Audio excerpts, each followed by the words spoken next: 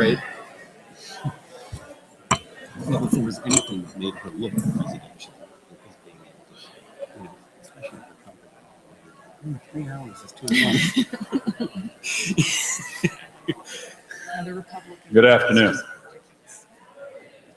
My name is Gary Keene. It's my privilege to serve as senior pastor here at Camarillo UMC. I want to welcome all of you to this community forum, an annual event in which we as a congregation of United Methodists try to engage significant issues of our time from multiple perspectives, including a faith perspective, try and shed some light, but also simply to form relationships and understanding, of which there seems to be a serious lack of these days. And so this is about building our awareness as well as our relationships. We're going to be here for about, depending on how long they talk, about 1 hour and 45 minutes. We'll take a break in the middle, as you'll see on the program. You see the bio notes for each of our speakers, and I'll say a word about them in just a moment. But let me do three pieces of housekeeping, if you will. One is that if you desire a restroom, it's just to the back here off the narthex. There are additional bathrooms during the break, if you wish. To cross over towards Brooks Hall and the patio there, just inside, there are also restrooms available there. There's also a drinking fountain here in the hallway, if you wish. I want to say a word of special thanks to our youth group, who has been serving as ushers, and they're going to run the microphones around later, and they're part of helping us set up and run the crew over in the dinner section for those who have tickets for the dinner afterwards. Also want to say a special word of thanks to Lisa Katawaki, who is managing the kitchen end of the operations there. Also want to point out, if I can see him through the lights, Nancy, or where's Nancy? Or right here. Here's Nancy and Keith. Why don't you two stand up? Come on. Keith and Nancy have been at the front of raising our awareness and introducing the issue for us.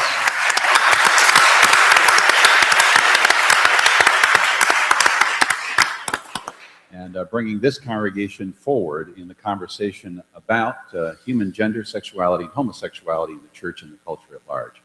Some of you may have caught on PBS today or over the weekend, and will be coming up this week, a documentary just released now, looking at the issue of homosexuality within the United Methodist Church and the divisiveness of that issue as it has been in culture at large.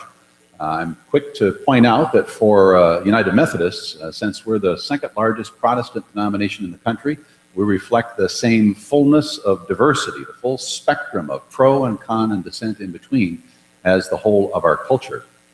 It is a standout that the Episcopalians and Lutherans and just about everybody else have taken on gay marriage and homosexuality, and clergy are free to perform those weddings and to marry same-gender couples, but United Methodists currently are not. And so we reflect that dichotomy and struggle within culture as well as the denomination. It's to that end that we've invited this panel of speakers to be with us today to talk about that and, again, increase our understanding and build our relationships. We've invited Frank Schaefer as an obvious candidate, if you will, a culprit even, the maverick Methodist, who was not the first by any means, not the first Methodist pastor to perform a gay wedding, but in doing so became one of the prominent ones, particularly as this issue reached kind of the apex of public focus. And as a consequence, as he'll tell in his story, lost his ordination, was then reinstalled.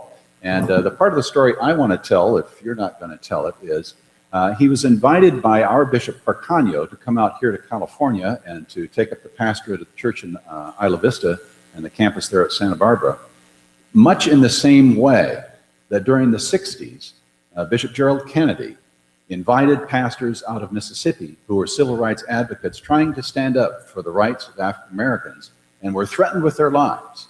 They were invited to come out and take pastorates here and infuse this conference with a progressive sensibility about human rights. And so it's appropriate and fitting, in our estimation, that Frank was invited out to, again, be a part of what we see as the front end of where the church needs to go. So now you can sense which way I'm leaning on this issue, if you will, but we wanted to round it out by providing some historical background. And so Peter is here from CSU to talk about some of the history church as well as Bible, to expand our understanding there. There's a lot of that that's a part of, as you know, the arguments pro and con, and so we want to give Dr. Peter Carlson a chance to tell us some things that might be helpful to our understanding and knowledge. The last one is purely my personal choice. Mary Newcombe is a dear friend, a former neighbor when I used to live in Altadena, Pasadena. She is a lawyer and was one of the lead counsels on the case that brought the issue of the right of gay service persons to serve in the military.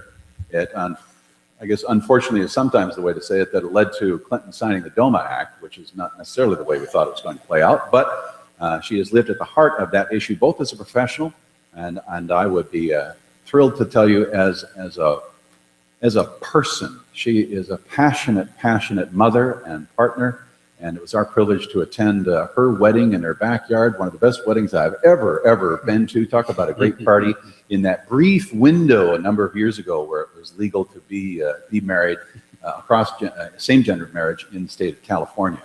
I'm sorry that Kate can't be here and the kids can't be here, but we're glad to have Mary here to simply offer yet another perspective that's both personal and professional about how this issue impacts all of us. Our agenda, again, is not so much to talk about specifically the issues of the Methodist Church, but more so about this issue, how it's reflected through the Methodist Church, and how we might be engaged in this issue on behalf of our culture and a voice to it. So with all that said, let me invite Frank to take the podium and lead us away.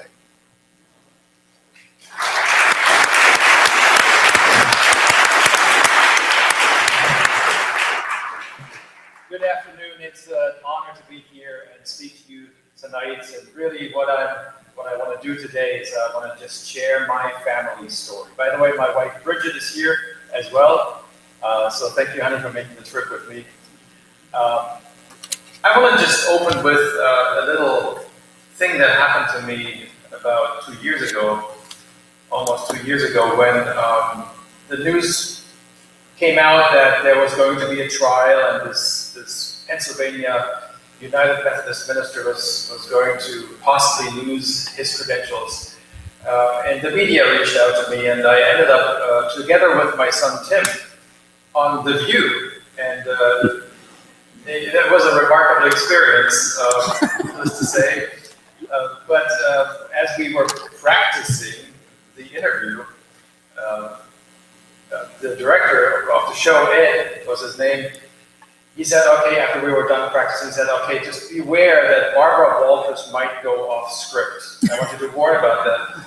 And sure enough, she did. And she asked me a question that was totally out of the blue, came totally out of the blue for me. She asked, Reverend Schaefer, has anybody ever asked you whether it is your fault that you have 3 gay children? And I was sitting there, and thankfully an answer came to me. And I said something like, you know, it is true, people have asked me that, but what is worse, I have asked myself that. Because I think that is something every parent of a gay child really asks themselves, is there something I did, you know, that caused my child to be gay? And so I was very honest about it in the show. I should have said, though, and I'm not very quick sometimes, I should have said, no, I really believe that God wanted me to get the message. That's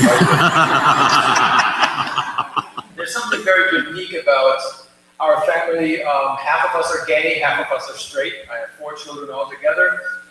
And so the first 3 children turned out to be, you know, gay, lesbian, gay. And then we were wondering about our youngest son, Pascal, and so the question was he gay? Was he straight? Was he, what is he? And so he became the very first person probably in the history of humankind who had to come out as straight. And honestly, he actually thought, he said that to us afterwards, he actually thought there was something wrong with him because all of his siblings were gay. So today I want to tell a story of my son Tim. This is my son Tim. When he came out to us, that was the year 2000. That was actually a shock to us, my wife and I. I mean, I considered myself tolerant at that time. After going through seminary and ministering in my first church, I had come to a tolerant attitude toward gays and lesbians. But when I found out that my son was gay, that was different. And it really was a shock to me, especially because of what he shared with us. So he said things like, you know, Dad, faith was always important to me. that was very true of my son. Faith was very important. He had, from little on, always had an interest in the church, and he wanted to help. I remember when he was 6 or 7 years old, one day we came home and he had set up all of his stuffed animals in pews in a church format, and he was preaching to them. I should have known that he had a calling back then. He was very active in the church in terms of in the youth ministry. When this is a picture of him actually preaching on Youth Sunday, and when he was about 12 years old. He went with us to the prison ministry that we had once a month. He sang in the choir, he played the piano, and did special music and all of those good things in church. Faith was so important to him. He was so interested in the church that I actually asked him one year when he was about 13 years old, do you want to come along to an annual conference? And he said yes. I mean, I thought that was really remarkable because I didn't even want to go. It just so happened, though, that in that year, there was a debate on the floor of annual conference about homosexuality. And it became very passionate, to put it mildly, actually pretty ugly. And my son was already struggling with this sexual orientation at the time, unbeknownst to me. And what he took away from that annual conference was the message that his own church, the United Methodist Church, was saying that you cannot be gay and go to heaven. And I don't know, that's not what we say officially, but that's what the message he took away. And it began a very, very dark journey for him. And this is what he shared with us, my wife and I, and here's actually what that is based on in our discipline. The practice of homosexuality is incompatible with Christian teaching. And so this thrust him into a very deep depression. And he shared with my wife and myself that he cried himself to sleep most every night, praying to God, please take this away from me. I do not want to be homosexual. I do not want to go to hell. And when nothing changed, he actually had a plan in place to throw himself off a tall building to just kill himself. He just did not want to live. When he shared this with us, my wife and I were just dissolved in tears. And we hugged him and said, son, Tim, we love you so much. You are our son. And that love is never going to change. And then we just sort of reflected on what he had just shared with us. And we said to him, obviously, you didn't choose this for yourself. You tried to pray it away unsuccessfully. So doesn't this mean that God created you just the way you are, gay and everything? You are created in the image of God, just like everybody else. And so this is how God wanted you. He created you as a gay person. And believe it or not, my son had a hard time accepting that for himself for a very long time. He would say things like, if there was a switch on my body that I could use and become heterosexual, I would do it right away, because he was so traditional in his beliefs and just in his attitude. And he wanted the family, the traditional family, and the children, and the white picket fence, and the house, and the whole 9 yards. And he wanted to be active in the church, and he knew that was going to be a problem in his own home church. But he did accept himself. It took him many years, but he did accept himself for who God created him to be. And as he went off to college, Boston University, which I still call the most expensive dating service in the world, he met someone. And he fell in love. And Bobby and he were together for about a year and a half when they got engaged. And it was in the year 2006 that I received a phone call from him. And he said to me, Dad, we got engaged. Bobby and I got engaged. I said, congratulations. That is just such wonderful news. And the next question was, Dad, would you do the honor and perform the marriage? And I didn't hesitate. And I believe that I didn't hesitate in my answer and said to him, absolutely, son, I will perform this wedding for you because of what we had gone through. could not say no to my son, because I would have denied him all over again. He wasn't just asking me as his dad, he was asking me as his minister. And knowing how much the doctrine of the church had excluded him and hurt him and almost hardened him and took his life, there was no way I could have said no to him. After I hung up with him, I thought to myself, uh-oh, what does this mean for me now as a United Methodist minister? Because I knew very well that our book of discipline does not allow for gay marriage. And I said to my wife, I will have to tell my bishop and my district superintendent, so I actually put that in writing on my profile. It just so happened that I had to fill out my clergy profile at that time, and I put it in the spot number 15 where it says, is there anything else you want your bishop and district superintendent to know? I put it right in there. I have 3 gay children. I affirm my 3 gay children. I will perform a wedding for my son next year, and let me know if that's a problem. I thought for sure I would get a phone call within a week or 2 weeks, and I would be fired, and I would be out of the church. But that phone call never actually came. Later on, I talked to my district superintendent at my annual interview, and he basically told me, Frank, I'm totally on the same page with you, but I will never come out and publicly admit that. And he told me also that he actually did not send this or did not transcribe this and put this information in the computer, so the bishop actually never knew about it. It was only him. When I didn't hear anything, I performed the wedding, and it was a beautiful wedding. It was done in Massachusetts, about 300 miles away from my church in Pennsylvania, in a state where gay marriage was legal. And so we just had this beautiful, beautiful wedding in a restaurant overlooking the harbor in Massachusetts. And it was just such a powerful, powerful wedding because we were affirming these 2 young men, these 2 young gay men, and the applause. We should have heard the applause when I declared them married at the end of the service. It just wouldn't die down, and there were shouts, and people were just showing their support in such a dramatic way. It was beautiful, and the dancing and the celebrations and the food and all of that was just beautiful. And I so much wanted to share this with my congregation, as every father and every mother wants to blurt out to the whole world, my son got married. But I was in a very, very conservative area, and especially my church, my local church was also very, very conservative. We have a saying in Pennsylvania, there's Philadelphia and there's Pittsburgh and there's Alabama in between.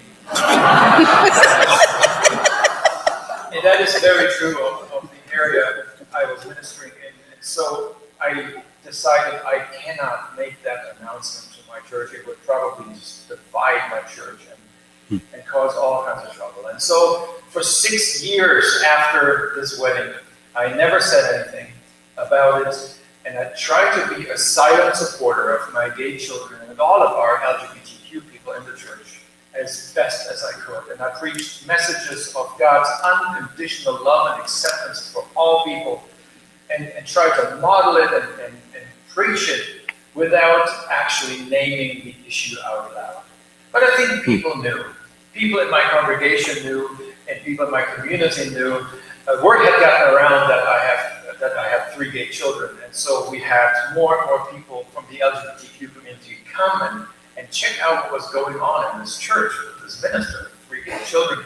And I remember conversations after the service, like people wanted to talk to me in private, and I said, well, I heard that you have a gay child, and I said, oh, absolutely, I have 3 gay children. I said, well, isn't that a problem? Isn't that a problem? Aren't gay people going to hell? And I said, absolutely not. And so we had more and more people come, and it was just a joy to see that our congregation, without being officially reconciling, had become an open and affirming church with many, but not with everybody. There was a core group of folks that were rather conservative who actually started to stir up some trouble after our very first openly lesbian couple with their children joined in membership. That was in the fall of 2012. And I've gotten word about this secret meeting at a breakfast place in town, and I wasn't invited, and so I sent a couple of spies. And they came back and reported, and sure enough, this group, their goal was to get me out of the church because the church was headed in the wrong direction, according to their version of the gospel. Very difficult time began where I was accused of all kinds of things. Theft of funds, I was accused of having had an affair in the church's bathroom, and I was actually under investigation. And none of that turned out to be true and factual. However, when one person in the group drove all the way from Lebanon, Pennsylvania up to Massachusetts, Boston, Massachusetts, they got a hold of the marriage certificate.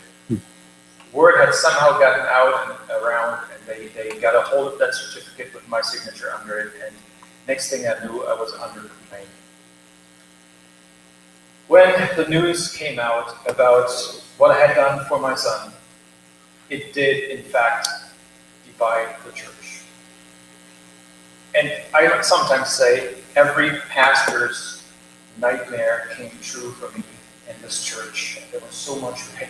I had been in this church for 11 years and had just tried to be the best minister that I could to this church and to these people. And to see people leave and to see people fight and for things to become so ugly and divisive.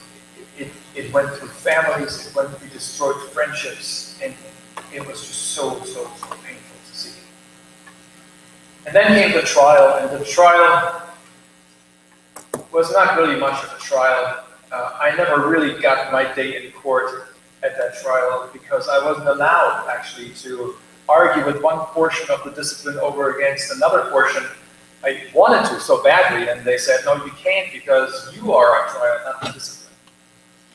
But I was able to get a defense in, and I appealed to a scripture verse of the Good Samaritan, and I sort of said to my jury and the trial court, I said, just as this man who was beaten and was lying in the street bleeding, and just as much as he needed help, my son was asking for help when he asked me to perform his wedding because he had been hurt by the doctrine of the church.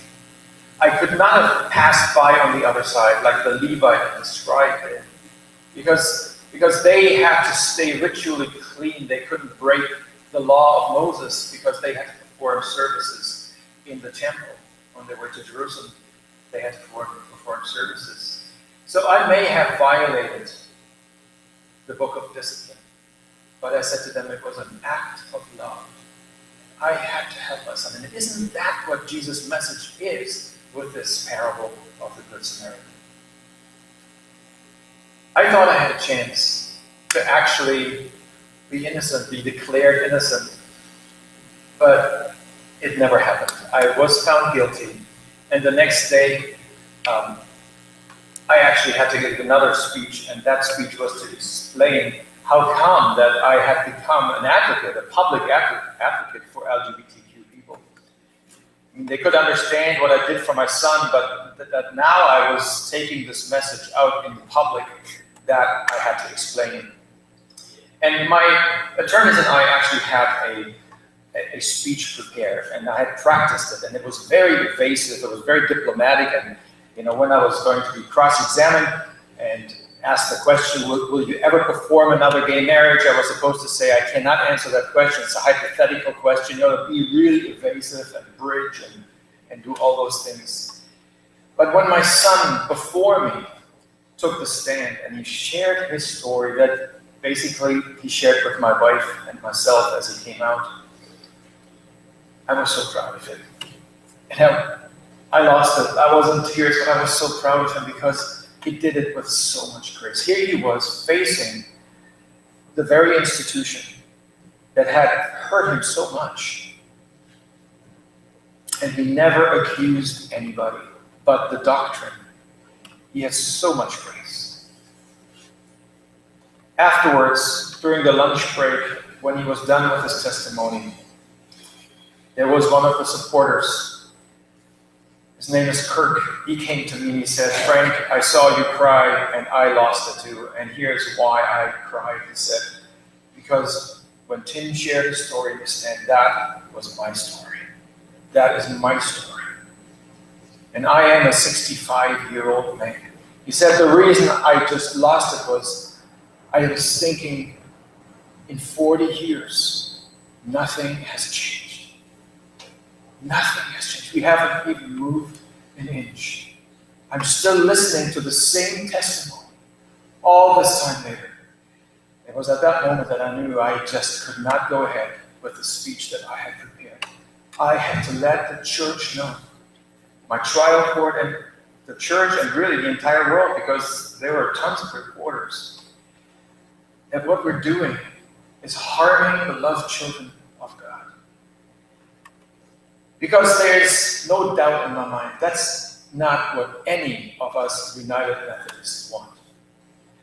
I thought for sure if I were to tell them this is what we're doing, and it's not right. It's not right by Wesley, it's not right by Jesus or by no Christian really, that people would see it and that people would say, "You know what, that's not who we are as United Methodists. We do not want to harm people." And I still believe that that is true of every United Methodist. So I spoke from my heart on day 2 when it was all about finding the penalty for me. And because of what I said, I did lose my credentials. But you know, a day after I lost my credentials, Bishop Carlson called me and offered me a job in the CalPAC conference. Can you believe that? I remember saying to her, "Bishop, you didn't just make my day, you made my life." And it was also important for me to rejoin the United Methodist Church as quickly as possible. So I called Dean Snyder. At the time, he was the pastor of the Foundry Church in DC, a very progressive church. And I suggested to him, "Dean, could I join your church?" Because when you lose your credentials in the United Methodist Church, you also lose your membership automatically, because you hold your membership through your membership in the annual conference. And he said, "Frank, that's a great idea. Let's do it." And so we did, and my family and I became members of Foundry United Methodist Church. And I remember that Dean said, "Frank, I think you need to preach on that day. We need to hear from you on that day." And I said, that's good, because I was just freshly defrocked, so I feel like I need to preach the sermon. And I remember saying something like, "You know what, this is not us as United Methodists. We have been taken into homophobic captivity in the year 1972, when that language first appeared in the Book of Discipline. And this is not us. This is not us. We are a diverse people. We've always been proud of that diversity." And so I appealed the outcome, the penalty of that trial. And I have to say, I received it as a sign of grace and hope that I won my appeal, and that I was reinstated as a United Methodist pastor. Actually, there's a picture here somewhere of me doing a little dance. This is me in front of my church, pulpit, our worship team. This is from the trial. These are pictures from the trial. And this is Kurt that I was just talking to you about. And the press conference, and there it is. And you know, that's what I still believe. And one of the first things I said when I was reinstated, I said, "I promise never to be silent again." And you know, the main reason for that is because I have actually one regret all these years that I was a silent supporter. I wish I would have at least made a statement to our young folks in the pew, in the church, to say, you know, if you're struggling with your sexuality or with your sexual identity, don't worry. God loves you the way you are. And God is with you. I wish I would have made statements like that, because that's actually safe to make, according to our book of discipline anyway. And my promise is still true. I cannot go back to be a silent supporter. And I do want to be an advocate, not just for my 3 children, but for all of our LGBTQ folks within the United Methodist Church and beyond, because they are still being harmed. They are still being harmed. Still, some of them take their lives. And we cannot be continuing to do that and to uphold that homophobic language in our discipline, in our book of discipline. That's not us. Nobody wants that. And I do everything in my power to help change that as a United Methodist minister. Thank you so much for listening. Thank you.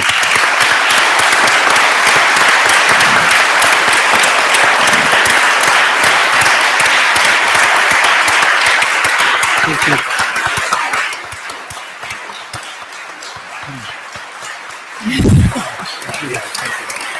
Absolutely. I had to follow that. Absolutely.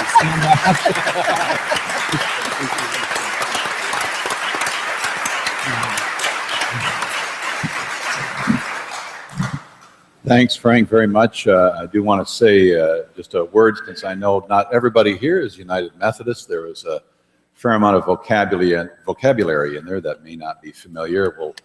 We'll touch on it probably briefly as we go along, but just by way of clarification, the Book of Discipline is our book of polity and governance and guidance. That's the place that we invest with a considerable degree of authority about how we organize and manage ourselves, and that's the kernel of this continuing dispute, a dispute which has indeed progressed for many decades and has been a struggle for the institution. Every 4 years we meet in the General Conference, which is a national, international gathering, and every 4 years for the last 40 years, there has been proposals, legislation, counter-legislation, arguments, in attempts to modify and or dramatically change, if not remove, this particular phrase from our Book of Polity.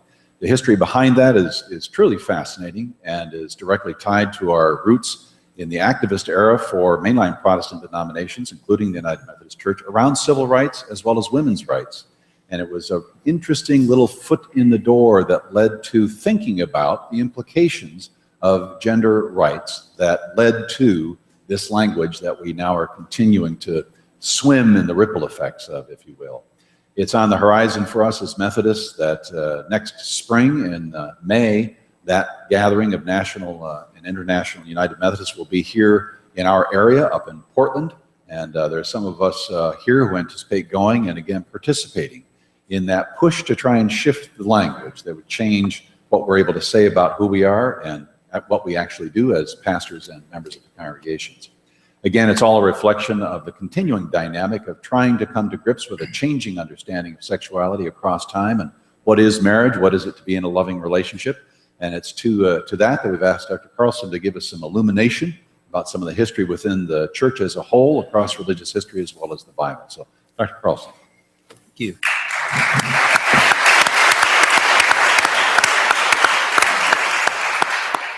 Just set the Bible down here and it says, "Do not move."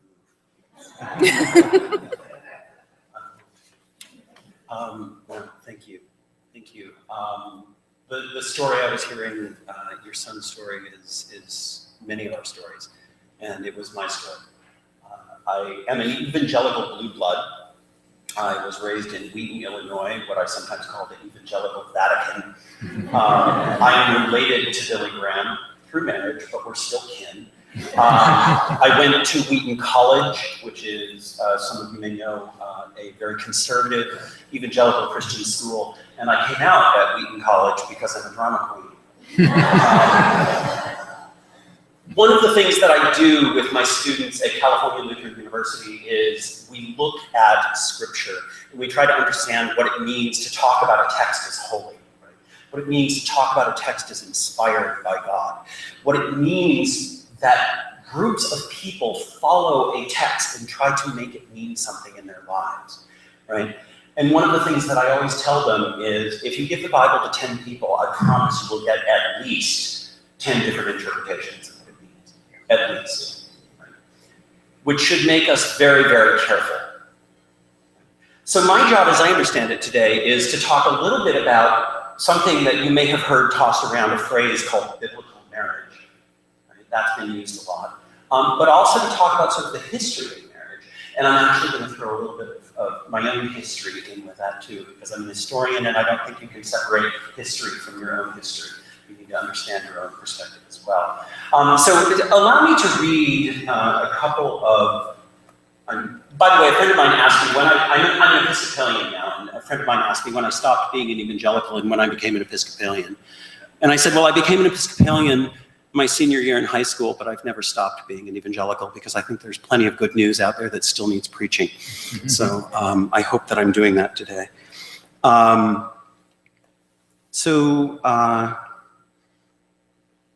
Genesis 16. Now Sarai, Abram's wife, bore him no children. She had an Egyptian maid whose name was Hagar, and Sarai said to Abram, behold, now the Lord has prevented me from bearing children. Go into my maid. I'm going to translate that. Have sex with my maid. Okay. And it may be that I shall obtain children by her. Biblical marriage? I don't know many people who would approve of that. Okay, but that's the Hebrew Bible. That's what my husband is Jewish. That's what he pays attention to. Let's go to the Christian scriptures for a moment. This is St. Paul, some of his earliest writings, 1 Corinthians chapter 7. To the unmarried and the widows, I say it's well for them to remain single as I do. But if they can't exercise self-control, then they should marry. So what this is basically saying is if you can't handle yourself, then marriage is your alternative. This isn't exactly a glowing representation of marriage from Paul, is it? Get married if you have no self-control. Otherwise, be a really good person, right? Biblical marriage? Biblical marriage has been changing over time. And the reality is that the vast majority of marriages in the Bible, represented in the Bible, are dealing with women as property. Now, I'm pretty sure that none of us would actually be really fine with that. Women, are you okay with being property? Okay. That's funny. None of you raised your hands. I won't ask the men. And the reality is that women as property is a concept that even continues today in our marriage ceremony. Have you ever seen the father of the bride give her away? Yeah. Doesn't that bother you at all? Like, I'm giving my female property to another man. Thank God she won't be out on her own. Right? Biblical marriage is complex. Biblical marriage comes in all sorts of forms. In the book of Ruth, the only loving relationship is actually between Ruth and Naomi. The marriages are matters of business. We know in the Episcopal Church that marriage really is a matter of business because our church started because of Henry VIII wanting a divorce, right? Marriage was a treaty. He no longer saw a treaty with Spain as necessary. He also saw Anne Boleyn, but that was another matter. Marriage is political. Marriage is about the efficient distribution of property. The idea of marriage for love is actually something that is incredibly modern. I hope you know that. Anybody ever read any Jane Austen? Or seen Pride and Prejudice, right? Good old Jane Austen, terrific costume dramas, right? And these spunky young women who are crossing class boundaries. Oh, by the way, marriage is also class. If you're marrying someone out of your class, you are not marrying appropriately, right? The idea of marrying for love is incredibly modern. It's only recently that we've actually done that. So one of the things that I want you to know is that the very definition of marriage, which people say queer folk like me are out to change, has been changed time and time again since the beginning of time. And I actually tell my students never to use that phrase, from the beginning of time, right? But it's true.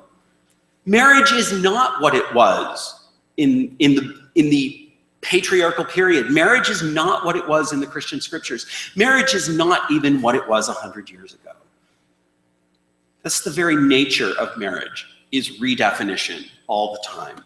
Does that make sense? Do you see what I'm getting at there, right? So changing the definition of marriage is actually very consistent with history, right? So let's just stay consistent with history and redefine it.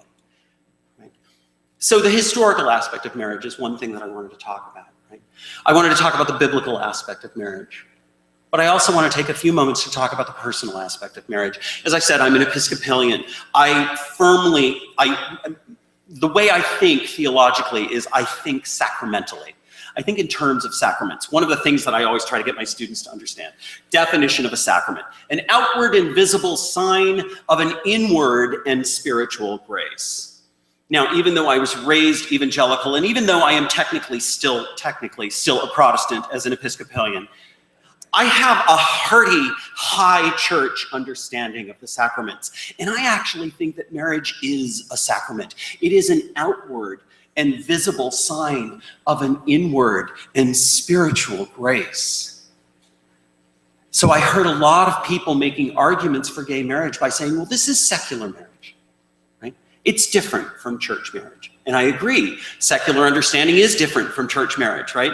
We'll get in hopefully to a little bit of the understanding of secular marriage in the law with our next speaker, right? But I understand that difference. But I was actually arguing for marriage equality, not because secular marriage is something where marriage equality should take place and religious marriage is not, but because I believe that my marriage is a sacrament. I believe that my husband and I have both become closer to God because we are married. Marriage provides an inward and spiritual grace that simply living together didn't, because our marriage was blessed, we believe, by God. So marriage has changed. I don't think any of you would approve of the way Sarai and Abram and Hagar handled things. I don't think, who here is married and happy that they're married, by the way, can I ask? Okay, so you're happy you're married, right? So you probably disagree with Paul. You think it's actually better to be married, right? And Paul said, no. Marriage is only for people who can't keep their pants on. So we already know that we disagree with the author of Genesis about what marriage is. We already know that we disagree even with Paul about what marriage is. Right? What maybe we don't know is that queer folk feel that bond as well, right? Marriage is extraordinary. Now, my concern with the church is why we're privileging marriage as some kind of unique relationship that demands some sort of special status. I would also like to turn friendship into a sacrament. I would like to see more of us bring God into our business agreements, right? But we do privilege marriage, in part because our society privileges marriage. So my thinking is ultimately that the church needs to get on board with a religious argument for marriage equality, not a secular argument. It's a sacrament. And Jesus had this strange word when he talked about people that Jesus loved. The word is all. In the Gospel of John, we hear Jesus calling and saying, I come not to judge the world, but to redeem it. Can you hear the evangelical coming out? I am here to redeem all, not some, not a few, not those people who dress well, but all. And all is a really hard word. But whoever said that church should be easy? Thank you.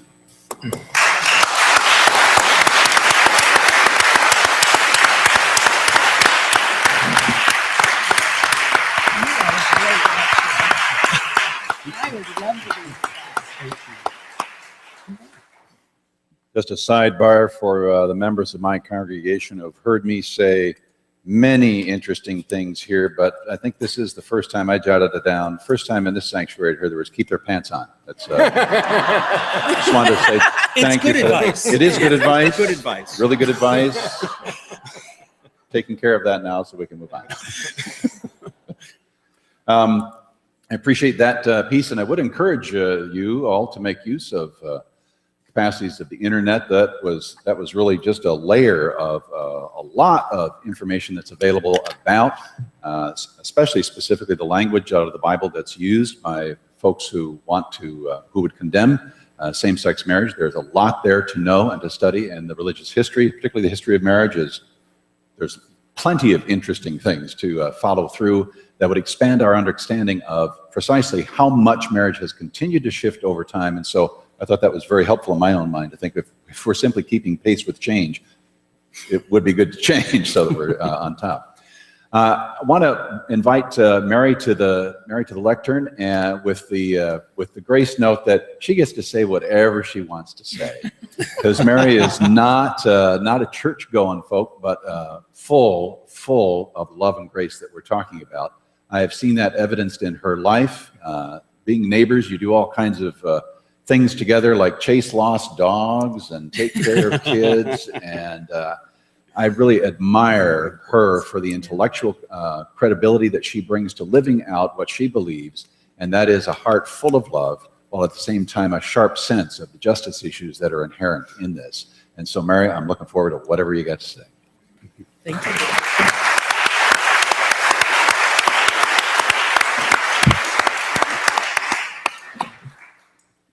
you. And I just want to say that I love Gary so much. You are so lucky to have him. And Karen, too.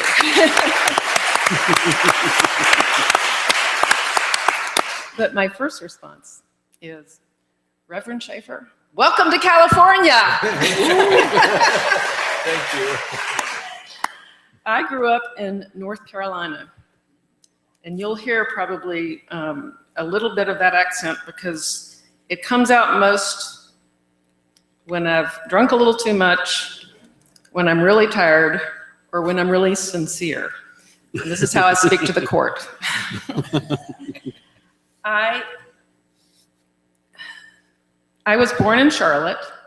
I don't know if anybody's ever been to Charlotte. At the time I lived in Charlotte, it's now a metropolitan population of approximately 2 million people. When I lived there, it was about 200,000. So it's very different today. But I grew up, my mother was a Methodist, so she will be thrilled to hear about this talk. And she married my dad, who's an Episcopalian. I was raised in the Episcopalian church. And I remember as a 4th or 6th grader, I can't remember exactly, when the time cover of Is God Dead came out, my very wonderful Sunday school teacher asked everyone in my 6th grade class or whatever it was, has anyone ever thought that before? And I'm like, yes. And I realized no one else had their hand up. And I was clearly a little different. I don't think that inquiry has anything to do with other than expanding your concept of faith and sincerity and loyalty and how you live your life in the world. And as those of you who might know people who grew up in the South, and this is I was born in '55. I grew up at a time of great racism and great sexism. And those are the two things that defined how I began to embrace the world. It was extremely hard for me in an Episcopalian church where everyone was white, everyone was had a nuclear family, and I experienced those people having attitudes towards Black people. And you have to remember, it was an affluent church. We all had Black maids. And I was raised for several years by our wonderful Helen. And I had such a hard time reconciling those attitudes with how I felt you should treat other people. And this is from an early age. I also had a very hard time when my dad would not let me wear a football uniform, and then turned around and gave it to my brother. So, you know, the sexism part, if you look back in those years, we weren't allowed, you know, girls didn't have any activities. We couldn't play sports. It was before Title IX. Nobody was thinking about what girls could do. And I was dutifully channeled into home ec. And, you know, it was just a very challenging time for those of us who sought a different way to be. So those were in many ways, the determinative factors for my personal integrity and morality that really transcended a faith that was shown to me or appeared to me to be in some ways hypocritical. I went to an Episcopalian boarding school, so I went to chapel and vespers every day, and I had a time in high school where I profoundly wanted to believe, and I profoundly worked on faith and trying to understand. And then I started to come out and realized that I really was different, and that I was hearing, just as Frank and Peter talked about, that the homophobia that comes towards these young people and makes them feel other and makes them feel that there's never going to be a way that they can survive in the community that they grew up in. You know, I left North Carolina right after I left college because I did not want my parents to know my path. And that will happen if you cannot keep your hearts open to including those children. Now, one of the things that I really do think, and I think this is very interesting in the language that Frank used about coming out. He had to come out in a way like most gay and lesbian people have to come out, which is very painfully, when you have to reconcile your internal values with the message you're being accosted with. And there are thousands of children who have died because of that process. It is not a misrepresentation. It is absolutely terrible when our children hate themselves so much, they take themselves out, and they take a way out that because they can't face a future without their families. When I came out to my mother, she was not angry, but she was not wanting me to tell anybody, and she certainly didn't want me to live that way, which is the message I also got from my father. And it was good I was in California. I could not embarrass them. That's how I saw it. And I began to advocate. I opened the Western Regional Office of Lambda Legal Defense and Education Fund, and in many ways took a national platform. Some of you may remember my client, Colonel Greta Kammermeyer. There was an NBC movie in which Glenn Close played her story about her coming out and losing her 4 kids. And then ultimately, the adoption of Don't Ask, Don't Tell was, well, we like her, and she only told it in a security clearance, but we don't want anyone else. And as much as I was happy for Greta that she was readmitted, the don't ask, don't tell just sends once again a message that you can't tell who you are. How many of you today know someone gay, other than us up here? Okay. How many of you have someone gay in your family? Okay. That knowledge is the source for opening your heart, and that is why coming out has become such an important part of the gay and lesbian, everybody else movement, to understand how that pressure and horrible homophobia can change and alter someone's very being. And if you look back, the gay and lesbian people that you might have known, or you found out later that they were gay or lesbian, or you knew in the community that someone was gay and lesbian, they were not out, and they became self-hating very often. And that self-hatred is one of the most pernicious parts of homophobia, because you cannot become the open person to succeed in society, to be a loving part of a family, if you are self-hating. And that is just such a damaging part of where we came from.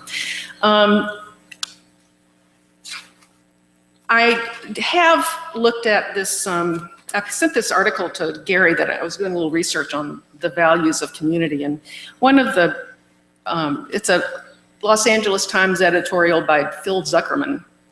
But anyway, it's talking about the secular values, because I do think that one of the misperceptions is that someone who has been marginalized and is trying very hard to find a way to live their life is turned down from their community. How do you recreate those values? How do you decide how you're going to live your life? And this article points out that most people of real empathy and kind of openness try to adopt the golden rule. And I thought, you know, I'm not a stereotype. I am right in this article. This is exactly what I am. I live my life by the golden rule and integrity and openness to other people, and to try to understand what their journey is and how I can relate to them and be a friend to them, whether they're, you know, cross-class, cross-race. And I think that's been an incredible part of my journey, and one that I think that most people here have opened their hearts and tried to move forward, and that's what this church is doing right now. When I was working for Lambda, I wrote an essay, and this is my one reference to the legal, the fact that, do we have anything about the law in my speech? Not really, but I do think that there were some ways that I phrased some questions. And I wrote an essay on the initiation of the UCLA Women's Law Journal in 1991, and they asked me to write a welcoming essay. And part of my essay said, what is a lesbian vision? It is first a voice. We have been silent and silenced for too long. We must affirm our identities and speak the truth of our lives, or we will continue to suffer the invisibility that has permitted the development of a legal system that does not even acknowledge our existence. So when we talk about marriage, that is the end process of being able to be out in your workplace, being able to be out to your family, being able to have children and protect your right to children, being able to be in the hospital with your spouse or your partner, and to be able to be present and to help make decisions. One of the things that has tremendously affected my own personal path is that I married first in 1993 when it was not legal. We had the first Hawaiian wedding. We all wore Hawaiian shirts. It seems to be a theme. And my partner Jody and I adopted 2 kids after we were unable to have kids ourselves. And we adopted 2 black children who again, my mother thought I was pushing every envelope just to punish her. But when you're marginalized, you begin to look at the world and think, how can I be true and have integrity to the identity that I'm developing? And I wrote, we must also use our voice to redefine and recreate those parts of our lives essential to our humanity. What it means to love, to be sexual, to procreate, to parent, to create families and communities. Because of the refusal of the legal system to recognize our relationship in families, lesbians and gay men have been separated from those they love, their partners, their children, their communities. And the answer may not lie so much in ending the constraints, which we are ending, but rather in considering what our society hopes to accomplish through these constructs. How can we, whether gay or straight, redefine these legal institutions to define more accurately the ways we live and the needs of everyone in our society? How should we think about reproductive technology? How should we think about healthcare? Does it flow from the fortuity of employment? Or does it embrace, and does it only embrace married families, or does it embrace children who have not been legally recognized? What should be denied? Have we inadvertently recreated a system of illegitimacy? Again, people are gonna have kids. We have to take care of those kids. We should have the legal protections that enable us to take care of kids. Marriage is giving us that. Now, the wedding that Gary and Karen came to, and I will put this out in the dinner if anyone wants to look through it. It is, in my view, because I'm biased, also the best wedding I've ever been to. And we had a bounce house for the kids because my first partner died in 2004. Leaving me with a 2-year-old and a 7-year-old, and I know that the parents in here understand what that means. And as a side note, when she was very sick and she had a heart attack, or she coded in the night, and they called me, and I went into the hospital, and they refused to let me decide whether to let her go, because I didn't have standing in their eyes. I had already given them a durable power of attorney, which is our durable power, which is the means by which we protected ourselves. And they couldn't find it because it was in records, and it was in the middle of the night, and they couldn't get it. No one asks if people are married in that circumstance. When I had been in the hospital day after day, she was in the hospital for several months, one of the surgeons turned to me and said, "You're a good buddy." Well, yes, I am. But that is the inability to see who we were. Now, I got married in that little 4-month window. It was a lot of fun. My partner also adopted our children, and we have had a wonderful marriage. And no matter who you are, gay, straight, whatever, marriage is about sticking it out and being loyal and taking the good with the bad and really hanging in there. And it really doesn't matter who you are. Anyone who knows how to make a marriage work knows that they've done that. And so those are the characteristics that I think we overlook sometimes when we put people in boxes and think that their marriage may not be as good as someone else's. So, in closing, I am, interestingly, trying to raise my children, and I tried to find churches where they would be accepted. And my children have been very frustrated at not finding churches that include people that look like them. And we have had a hard time because the black churches often are very prejudiced. And I don't mean that to say that any particular black church is, but it's very hard to find churches that welcome us. We look at websites, we look at to see who is making it clear that they welcome and embrace lesbian and gay families. because we don't want to be in a church where they're going to say things that will hurt our kids. So I think for you and your congregation, the way forward so that you won't lose the next generation, so that you won't miss out on the incredible, wonderful vibrancy of a community that welcomes everybody. I hope very much that that's the direction you take. And it will give, I think, an opportunity for faith and community that I lacked. And I'm sorry that that's the path in some ways that my life has taken, but I have a very full life anyway. So, is it true, Gary, that the discipline book that you talked about talks about the practice of homosexuality? Yeah. That's a problematic phrase.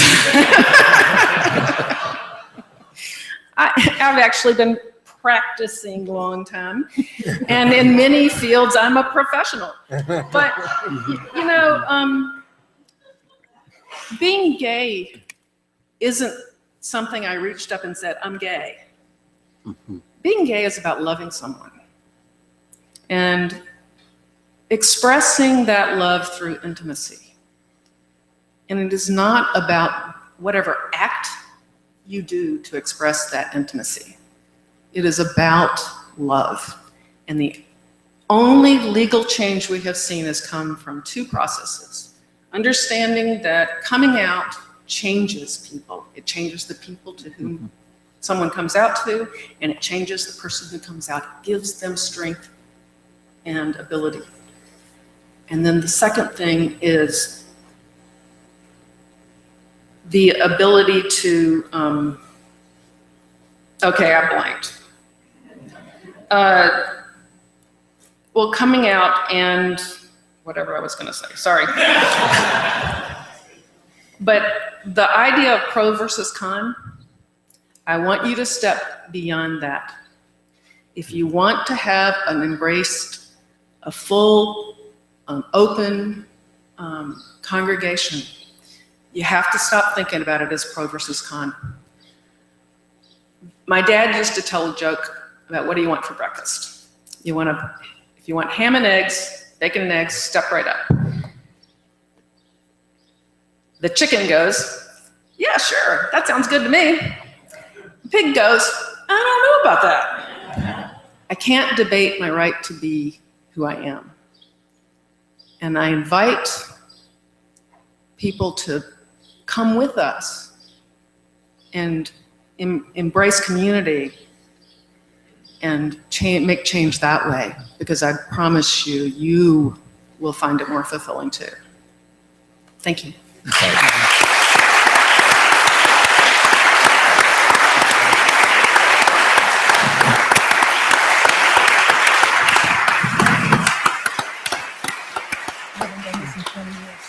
Folks, let's take about 5-7 minutes, just enough to stretch, and if you need to use the restrooms, please do so. But let's come back together for a time of questions and answers with the panel. Let's take a break. Come on back. So now we go on the hot seat. I finally succumbed to the heat and took my jacket off. A wise I man. thought it was getting warmer instead of cooler. Yeah. Yeah. Well, These swaths of humanity. I'm not sure what you want That's to right. That's but I figured it's okay. cool. Sorry? I've been talking to her about that.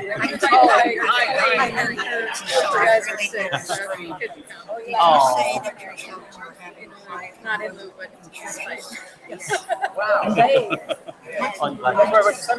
My daughter is so good. She goes. We were watching a movie.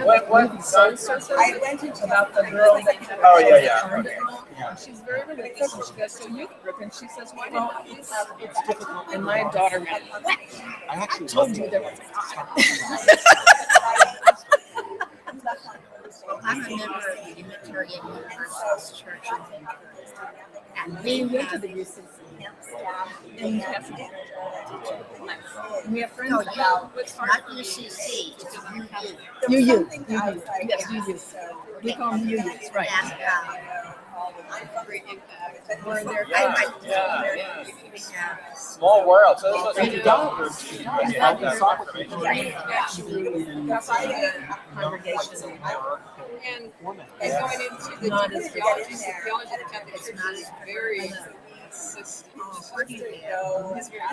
And I'll tell you, So when you look at it's a wonderful. Right. Yeah. It's about Yeah, you it's about an hour. Right. Newberry Park. Wow. I live here in Camarillo, and I just happened to go there, but Oh, my partner and I. Oh, he's wonderful. it's just beautiful. I love it, and it's not that far. Yeah, he was there. He was one of the pastors at last wedding. And yet I also think that actually Small world. it's not about was the challenges. It's so close. Yeah. So wait. This was Is it way as back artsy as people say it is? way back when they started. We want to visit. It was began. We went to the same church and I left for reasons. I left for one reason. But I prayed. Sin is the Holy Spirit.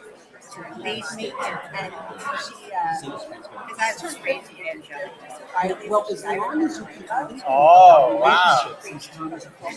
Great. And I've been there 20 years. And I have some great friends in the UU church in Pasadena, and I have or the tremendous fact that they are This one lives it. They're busy with homeless. Well, they're using it. It's just they are having trouble finding. Itself is also. They have some kids of color who have been brought in by their white parents, but they don't have intrinsically diverse. We don't either. I don't know why.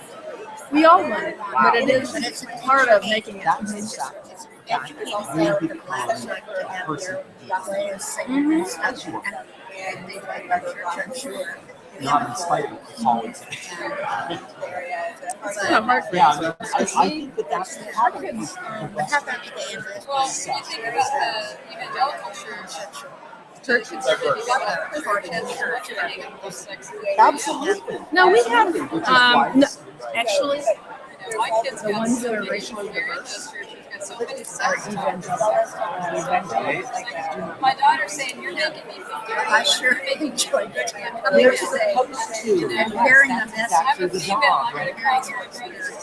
I don't dress right, or I don't look right, or act right, or walk right. She's like, I am not. My daughter's in I'm the a fan. I'm No, it's not. That's right. That's what I thought. And that's Like, why I had retirees, widows, because I told you. But it's just a small. I've been into that's for the front line. Well, when it's What about I don't know where this process is. I don't know what we're talking about it because it's a very hard process. But on the other hand, Yes. Is there talk about that? you know, it's like Right. I think everyone just just assumes the 21st century. That If you're a Methodist, if they're not going, they're not going. Yeah. And that's just they'll die. that's just a approach. That congregation, I don't think that's what it is. Well, I'm glad you brought it up. I just love it. Our church not only after reading the Institutes by Calvin, that's not for me.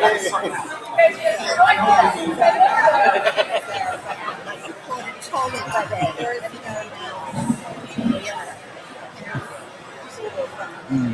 Anyway, I just. Thank you for coming. I know what that's about. Somebody Calvin is so They- nice. they- Oh, my, I love to be in your classes. Oh, Me too. thank you very Wasn't it great? much. Thank you. We have a There's good time. somebody that I caught in the past, you know? I mean, I don't know where that came from, but it's a whole thing. I love that phrase. I use it all the time. Do you? Folks, Yeah. if we might I mean, start someone's finding either our taking seats the piss or again. taking the It's head. not going to get any cooler right away, so let's make the most of our time here. Thank you for coming. I think we have a few people across the way, but we'll let them filter back in. I've read two of them. The dance of the distance. I learned to work with Pacific Coast. Yes, yes, yes. And she's really identified. But also, I can't remember if she wrote about blacks and shit in Columbia, North I Carolina. like being a Bible thief. Oh, no. The worst kind of thief. As you find your seats, we'll Oh, be ready to pick up again.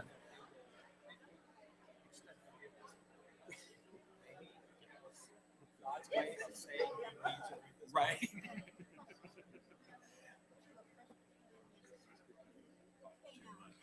Maybe in the back there, if somebody want to let the folks on the patio know we're coming together. I see Christy. That's good. You're having a good time.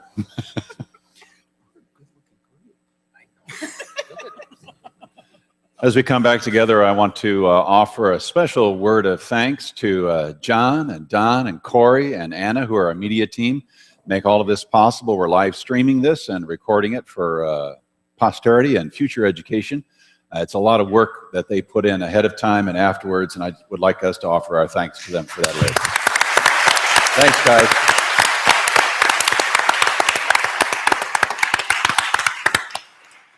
I want to start by picking up on something Mary mentioned about that very difficult situation of being in the hospital room and whether or not we have standing.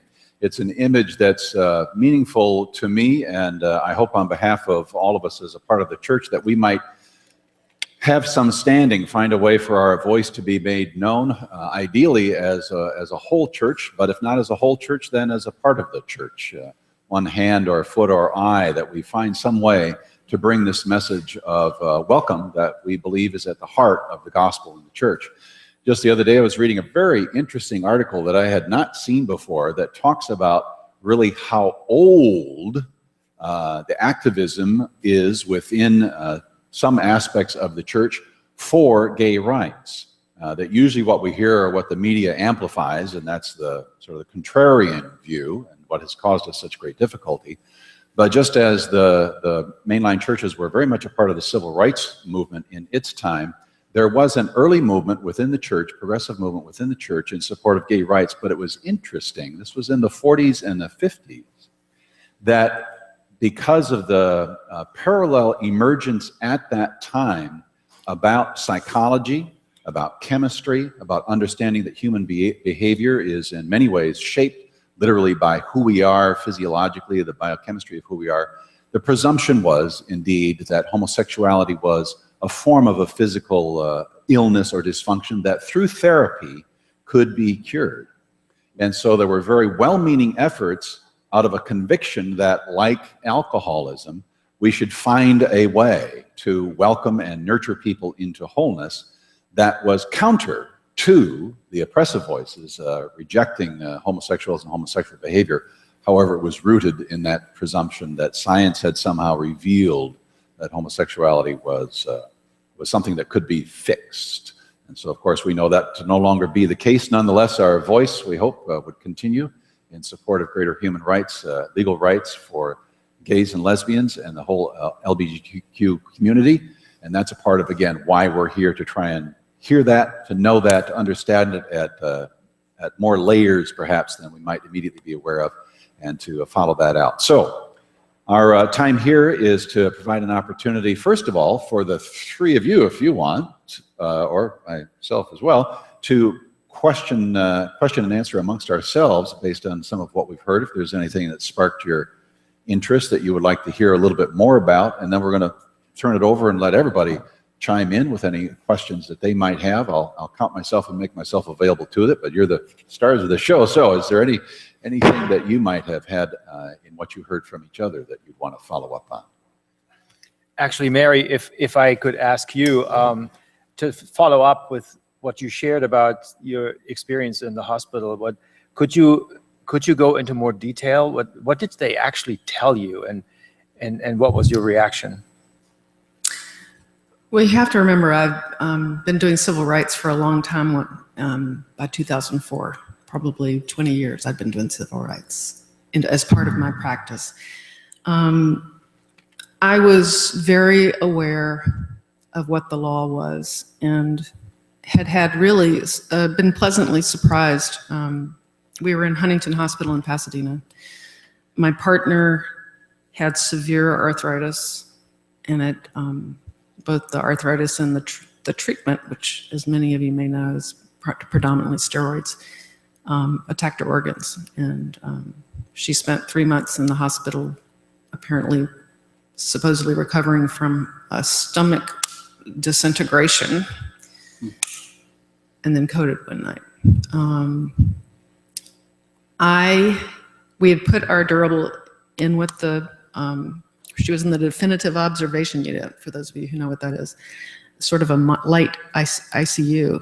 And we'd given them the durable, and they treated me very well the entire time.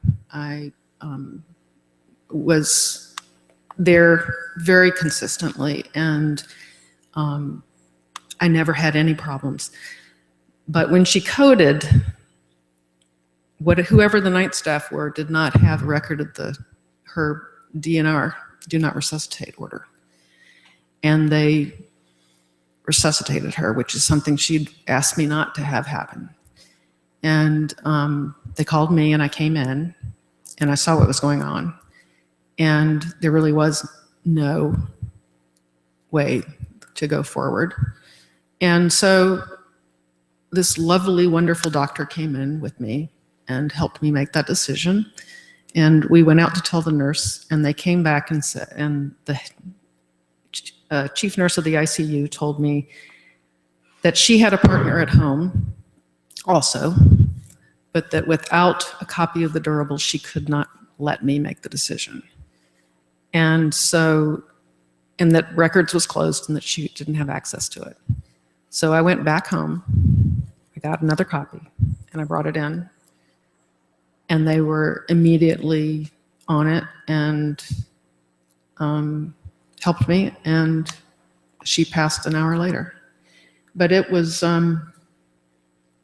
it's the dissonance between what I know the law is, how people, when they see us interacting, accepted us, and then the fact that the nurse herself would have been in the same position, even though she was the chief nurse responsible for making the decision.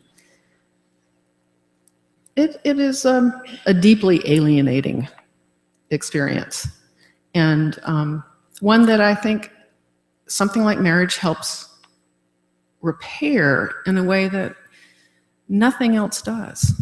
Nobody cares if you had a domestic partner registration. Nobody wanted to see that. Nobody asks heterosexual married people if they're married. They accept it. So it was a good lesson for me in my civil rights work.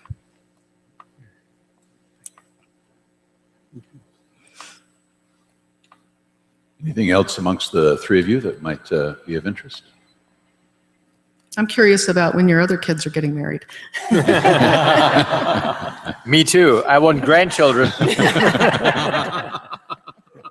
agenda. But Peter, if I may just quickly ask you a question as well.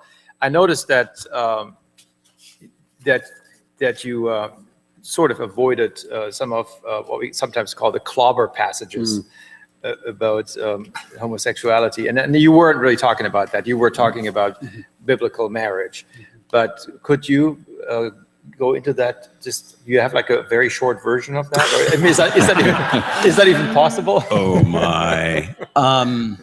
The clobber passages. For those of you who aren't familiar, there are I think 11. I don't know. The one I've seen is like 7. specific verses that are sort of pulled out of the Bible to say that homosexuality is spiritually illegal. Yes, without dealing with each one specifically, the general rule of thumb is that there are verses that talk about a man lying with a man as with a woman. There are, and I'm just going to let you know here and now, I have never laid with my husband as with a woman.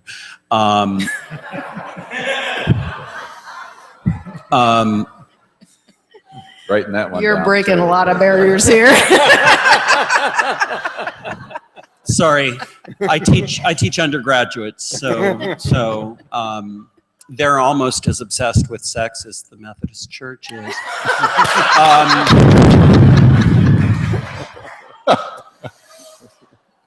One of the things that I see happening is, as I mentioned, I was raised evangelical Christian, good, blue blood. I can take the Bible out of context as well as anyone can.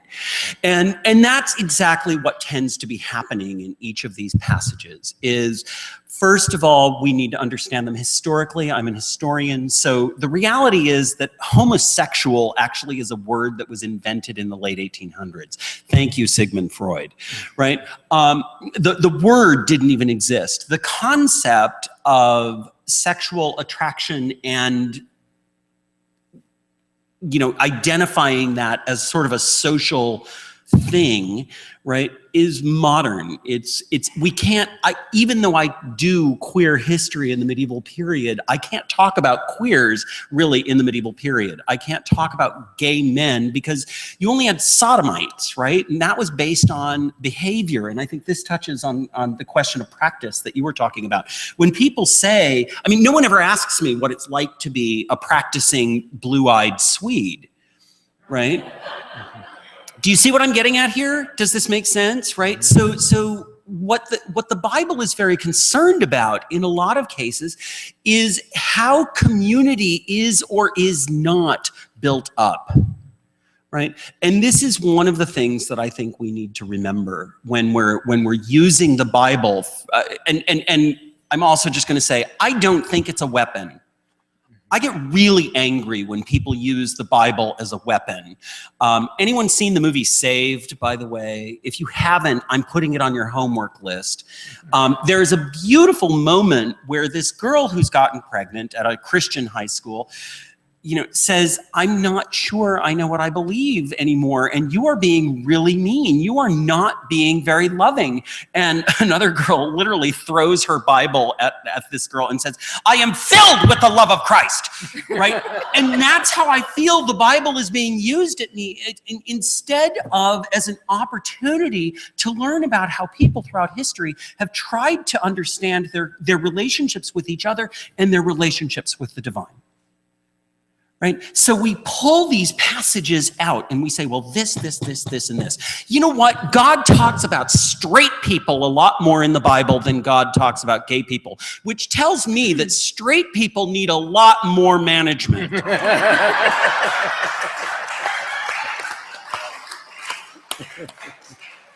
So, for instance, Paul at one point talks about, men having sex with men. And there are some scholars who say, actually, that's not really talking about men having sex with men generally, or men in loving relationships with each other. It's talking about temple sex. And this is actually what's really pissing Paul off about that, right? Because the pagan temple sex, he's trying to reach the Gentiles, right? He's trying to say, your gods actually aren't even gods. Why are you doing this, right? So context is important, historical context. Who are they talking to? But also the larger issue of what do we really use the Bible for? When we call it God's word, what does that mean to us? And how do we use Scripture? Because heaven knows nobody else in the world gets 11 verses out of the entire Bible thrown at them as regularly and as lethally, and I mean that word literally, as queer people do. Nobody else. Has anyone here, by the way, sold all their possessions and given the money to the poor? Because you know what? That's Jesus, okay? And let me tell you what Jesus said about queers.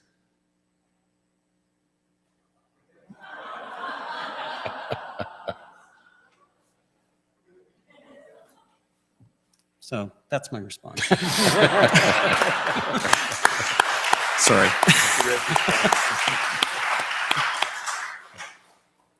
Anything else from the front table amongst yourselves?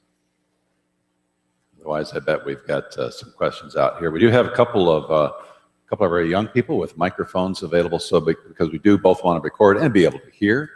So if you have a question, we're eager to hear it, and whoever wants to catch the ball can grab onto it. So here's, I don't know who's close. There's one, and then we're going to get another one over here. We are looking for questions, not statements. Reverend Frank, in the mid-60s, I lived in Isla Vista and attended a UCSB. I majored in economics and minored in partying. And sitting in the pew here, in retrospect, I tried to discern our diversity acceptance back then, and based upon a overt and informed intelligence. And I concluded, based on two things, that certainly was not the case, because half of the students were stoned half of the time, and no laughs over that? Okay. and I never knew a gay person, and it was a non-issue.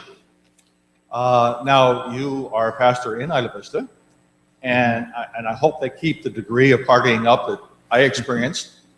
And so when your congregation comes in for your sermons, and assuming they've sobered up enough to listen to you, what is your assessment of their acceptance of diversity? Yeah, that's actually that's a very good question. Because curiously, those kids that tend to go to church come from an evangelical background. And so we have a good mix in our congregation, and I'm finally able to really preach what I always wanted to preach. I mean, I'm not just about the LGBTQ issue, but about, global warming and what our responsibilities and all those progressive themes. I can finally preach them, right? So it's interesting to me to see that there is a sizable group of students in our church that whenever I talk about LGBTQ issues, some of them will challenge me on it, on a biblical basis. And it is the older folks in my church that are like cheerleaders, whenever I say something. But then there are also other students as well that are very open. There are actually some queer students as well. And of course, they are all gung-ho. But I thought it was interesting. I have not a single older person in my church that has a problem with any of my messages. But there are some students, and partially because they have been raised in very evangelical homes. And over here. Thank you very much for your presentation. How do you feel the positions that Pope Francis have taken in the Catholic Church might affect what's happening in Methodist or other Christian churches? Anybody? Although probably Frank and I are more on the hook for that than anybody else. I don't know about actually. Oh, I'm sorry. Sorry. Oh, good. I'm sorry. Once again, the male voice is dominating. I apologize. Go for it. I think I was excluded by Gary's comment, but at the same time, I want to say how excited I was about the Pope. And, I think all of us were excited about his message of love and openness and service. And then when the little, the clerk, Kim Davis, I think is her last name. Mm-hmm. I can't remember her name. Anyway, slipped into and touted her participation in an audience with the Pope as meaning his endorsement. I was thrilled because that hurt when the Pope came out and it became clear that he'd been set up and that one of his very best friends was a gay man. And, I thought that message came through in a beautiful way. I have no hope that the Catholic Church is going to all of a sudden say it's fine to be gay. It is fine to be gay, as I understand Catholic doctrine, but it's not fine to do anything about it. Practice. Can't practice. I was actually just going to say that one of the things that I think the really radical message when Francis was recorded as having said, let's stop dealing with this. Let's not focus on this. There are other things. The world is warming, right? You know, there are more pressing things to be dealing with. One of the things that said to me, and this is, I don't either think that the Roman Catholic Church is going to be doing any kind of a U-turn anytime soon on doctrine regarding homosexuality, certainly not ordaining that marriage between two women or two men or two queer people is going to be a sacrament, because we have a different understanding of sacrament. But what was important was that I think for over 2,000 years, the Western Church has been obsessed with sex. And I was talking to a colleague during the break, and I think thank you, Augustine, for doing that to us, because he was a sex addict and he saw everything through the lens of his addiction. And we took his very good theology, but we took his addiction with it. And so we're addicted to sex, and we think everything is about sex. Whereas the vast majority of you who are in marriages, I'm pretty sure would say it's not all about the sex, right? That marriage is something so much more profound than that. That marriage is something that is about, you know, I keep coming back to the C word, community. It's about building community. It's about building relationships, right? With each other and with God. And so what gave me hope was his willingness to say, let's stop thinking about sex for a minute, right? Because that's where everyone goes when you think of queer folk, is you think sex, and that's not what being queer is all about. And just to add a little bit more to this, I believe that it will have. Pope Francis's statements will definitely have an influence, even within our church, the United Methodist Church, and other Protestant churches, especially those who are lagging behind. And now we can say things like, well, even the Roman Catholic Church is making strides, you know. What, they're going to change before we do now, you know, so that sort of thing. Thank you. Nick? To me, the underlying assumption that we've been talking about here when we talk about gay marriage is... Hold the mic really close, Nick. What we've been talking about is a committed relationship between two people. And my question would be, and I think some other people's question is, from a legal point of view, the legalization of gay marriage recently by the Supreme Court, does that open the door for plural marriages and things like that? You know, that is a common argument that's pulled out. I'm assuming that was directed. There is no basis to think that that's going to be an argument that prevails anywhere.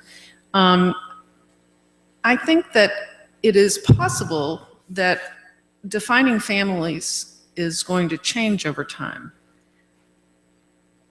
I don't know what arguments would be made in the future, but at the same time, I do not see evidence right now that many families have more than two parents or two individuals in the relationship. It's really such a microcosm. I mean, I don't even know anybody. So when you talk about, is the logic of it mean that if we're changing the definition, we're going to have all sorts of marriages? Not anytime soon, and not because of us. It may happen over time that we change again what family means, but it's a question that has no answer because it really has no legal context. It's the assumption that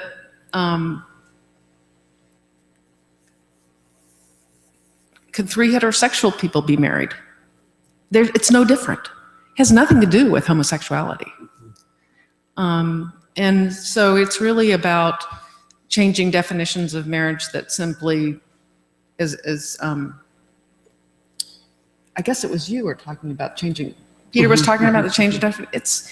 That is so far down the path, and if it ever gets there. And it really has nothing to do with gay people, you know, who just simply want to be able to bond to the person they love and protect their family. So it's a non-answer answer. But I don't think there is an answer to a question like that. Could I just pop in and say, I think one thing is about the type, is about limiting the people who can participate in a contract. The other is about changing the very definition of what that contract is. It's a different kind of contract that you talk about in plural marriage. Although I will say there is a biblical precedent for it. Plural marriage, I mean. But I'm interested to check in, and based on what you said, Peter, in part, your very wonderful language about marriage as a sacrament, because I would take part of the question as an avenue to talk about the difference between that legal contract that has standing in the eyes of the state or the government versus what the church bestows when it, when I perform a wedding here, I'm wearing two hats. One is as an agent of the state signing off on a contract, and the other one is blessing a union. And that's certainly been one of the avenues they've talked about to distinguish between those two. So now with the Supreme Court's approval of legal gay marriage, now it'll be up to some of the churches to decide if they want to carry that forward into their own structure and governance. Anyway, other questions over here? Yes. Go for it. Mary, I'm very concerned that you can't find a church that you're comfortable with. Where do you live? Where are you? Way over on the side. Hi. I live in Altadena, and both my partner and I she's Catholic, or she was raised Catholic, and neither one of us practice Catholicism either, but she did. There is some kind of covenant that is made that Catholic churches can put on their website that show whether they're lesbian or gay welcoming. And she found two, and neither one of them had a diverse group.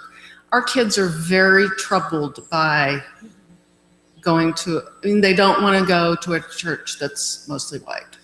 They want to be in a diverse church. And as much as I understand that there are so many churches that are welcoming, it's a step further that my kids are looking for. My daughter, who is mixed race, black and white, thinks she's Latina and is now going to a Spanish-speaking church. Okay. I want her to have a community. That's all I want. I want her to choose. I want her to, she also, because I'm very clear about my identity, and, she is very clear that she believes in God. And we went to see the movie Soul Surfer. Do you know what that is? About the girl that got her arm bitten off, and she's in a meeting with her youth counselor and says, "Why would God do this to me?" And she went, "What? I told you there was a God." Nice. So my children feel comfortable with finding their own path. I hadn't heard that last one. We got one in the back, and then we'll come to the front. Back here? Or did I already miss it?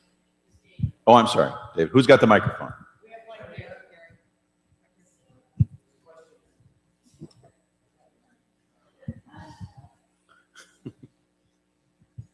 I'd like to ask a question, if I may.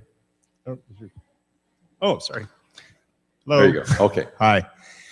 I have a question that I've heard, Dr. Carlson, I've heard you mention it a couple times, and that is the term queer.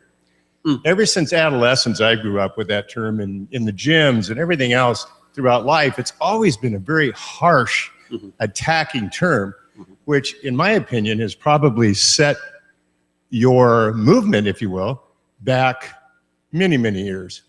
So could you define that for us so that we really understand that and can accept it as a term? Sure. Queer is a term that, yes, indeed, was used in really hateful ways throughout history. It's not a term that all LGBTQ folk are comfortable with, right? But I use it as a more inclusive umbrella than the LGBTQIA, A, B, C, D, E, F, G, because it's basically what we're doing is trying to reclaim the word in much the same way that the lesbian and gay movement reclaimed the pink triangle that was used to identify homosexuals under Nazi German rule, right? That they had to wear the identifying pink triangle. That's been reclaimed as a source of pride, saying, fine, you're going to label us. Guess what? We're taking the label back. Okay, and we're going to own that label. Right? And so there's a sense of empowerment by taking terms that have been used against you, right, and claiming them for your own and saying, guess what? We just took the sting out of your bite, right? And so there's that sense, I think, going on. What it has come to mean, particularly within queer studies and queer theology, which I teach at Cal Lutheran, is it has come to mean both an umbrella term that embraces basically anyone who doesn't fit the traditional binary of heterosexual marriage, you know, boy-girl marriage. And that can be someone either who is gender attractive to their own gender. It can be someone who is gender non-conforming, which can include people who are trans, people who are intersex, people who are indeed asexual, people who have no sexual attraction toward other human beings. All of these people, this is one of the things that I think we're learning lately, is that gender and sexual identities are something that is far more fluid than we ever dreamed, because even gay and lesbian fits into that binary, right? There are boys and there are girls, right? But what we're actually learning is that gender identity, apart from being very much socially constructed, right? Because it's our sort of Western gender identity that says wearing pink is somehow, oh, well, he's gay, of course he's wearing pink, right? That pink is, why is pink girl and blue boy? Anyone ever asked that? Anyone proud of Target for degendering their toy section? I'm very proud of them, actually. Go to Target, sponsor degendering toy sections, right? So does that help at all? Part of it is reclaiming a term that's been used against us, because you're absolutely right, it's been used horrifically. And when you reclaim that identity, you can say, you no longer have any power over me, right? But part of it is also a way of creating a broader term for a variety of identities, both sexual and sexual and gendered, right? That don't necessarily fit the what we think of as normal. Okay, Gary, I think that is also true of the term Methodist. I think that was used derogatory. That's exactly right. Yes, it was. And we have claimed it. Yep. And we're proud of it now. Why, yes, we do have a method. Here in the back. My question is for you, Reverend Schaefer. What was the argument on appeal that allowed you to be refrocked? Yeah, also a very good question. Actually, some argued, or some commented, saying that I won on a technicality, which I wouldn't frame it that way. But what they mean is the only thing that we appealed was the actual penalty. And the reason for that is because I asked my counsels, if we appeal this, is there going to be a retrial? They said, yes. I said, it's out of the question. I'm not going to put myself or my family through that again. So the only thing that we could appeal without having a retrial was the penalty itself.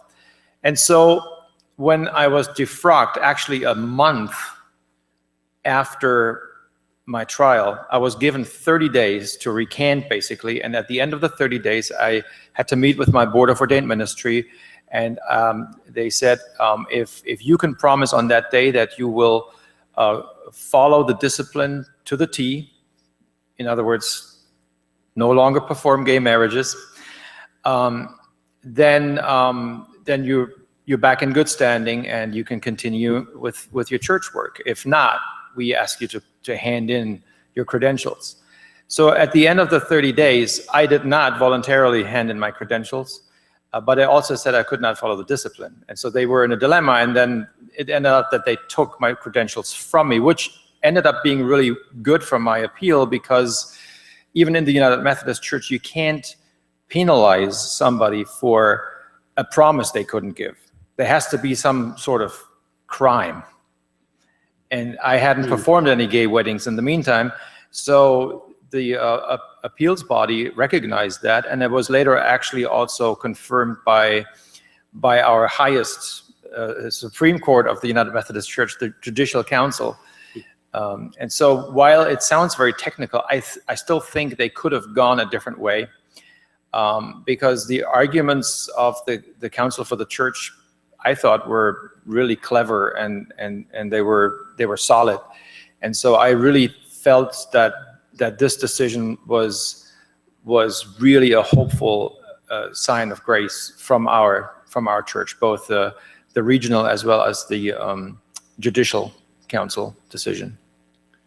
Yeah, if you're looking for a script for a courtroom drama, there are lots and lots of fascinating layers in this if you're into that sort of thing. Other questions out in the congregation? Here you go. Who had the mic?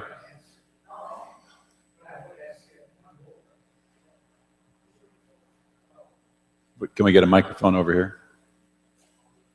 Or down front? Got one coming over room.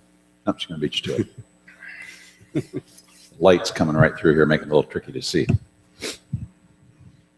Back on the queer term again.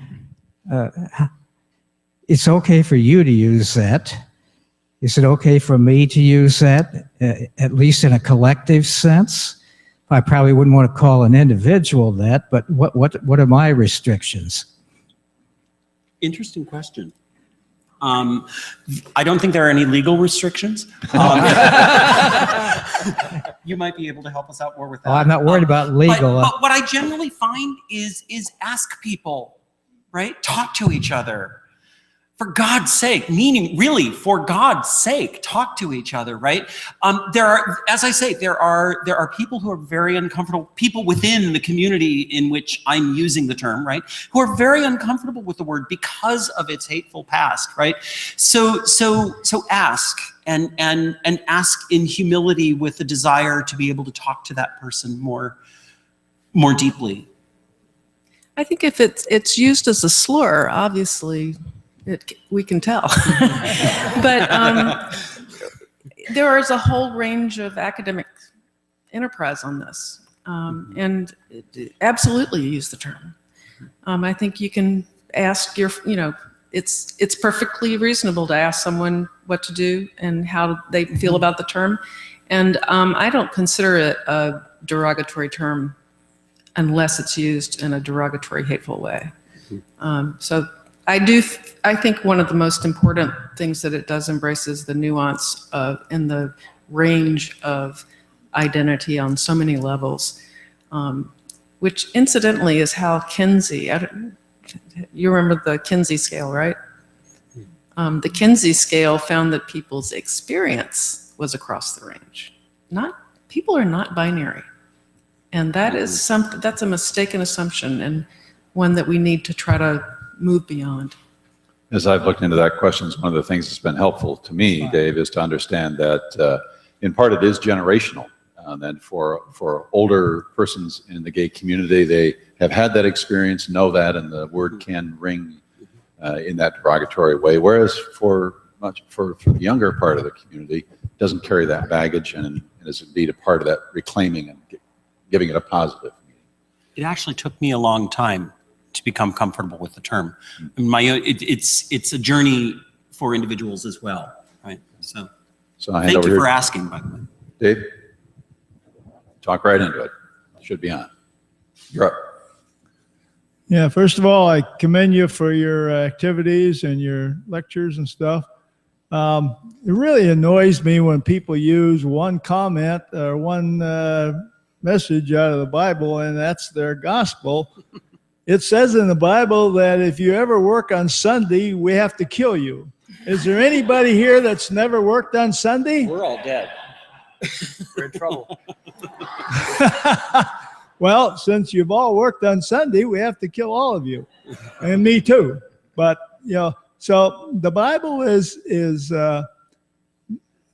I can't really believe it's the Word of God in total. There's a lot of wonderful things in there, how we should live and live our lives and love one another. But Christ said the most important thing is to love God and love your neighbor. And it doesn't say unless he's a lesbian or unless he's a whatever. You know, you got to love your neighbor, right? Yeah. All in favor say aye. Aye. Do we have an amen? Whatever your neighbor is. Amen. Amen to that. I actually like to piggytail off that a little bit. I thought it was interesting that Peter said, you know, we have to think about how we're going to use the Bible. And I'm definitely a proponent for using it to inspire people, to help people, you know, to serve people, rather than hitting them over the head with it or throwing it across the room at somebody.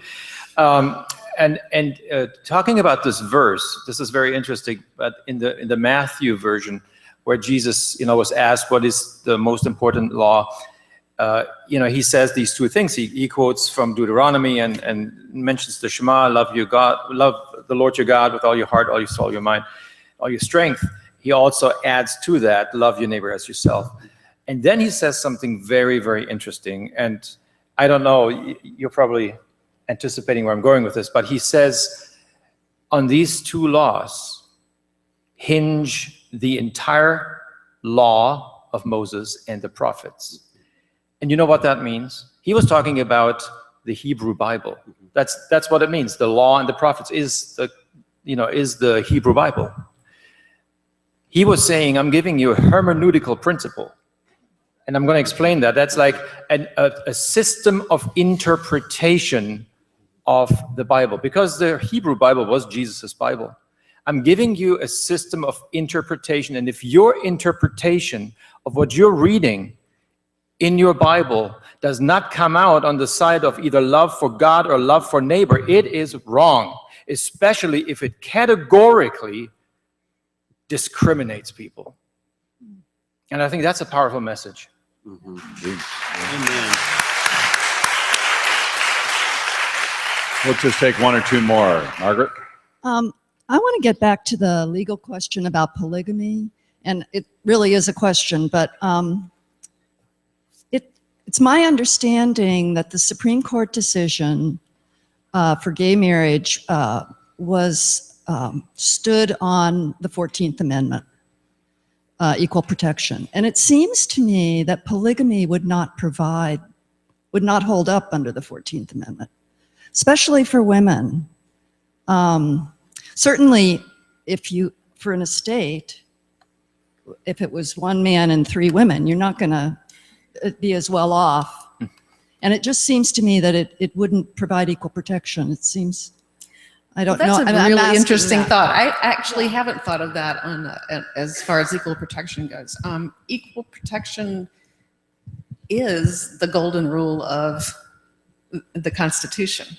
And it requires you to evaluate whether or not your actions are fair in a way that the golden rule contemplates. And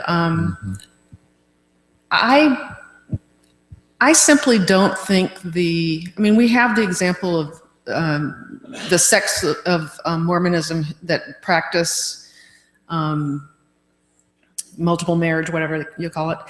But it's such a outside component. It is really a shame to see so much concern about it being to derail. I think it's meant as an argument to derail opening marriage in any way, because we don't want to do that. Would equal protection, because of the difference in gender? I don't know. That's an interesting question. I can't imagine that if you said you can have a marriage with one man and two women, that would stand up, right? Right. So yes, that you are right in that.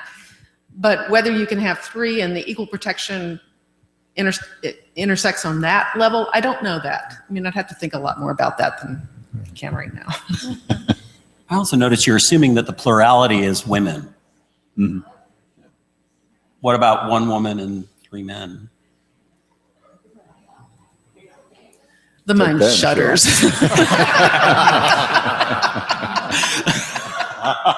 We're gonna be coming to a close, so I'm gonna get Chris and then Nick. Okay, so Chris and Nick. Nick, I'll hand over to you afterwards.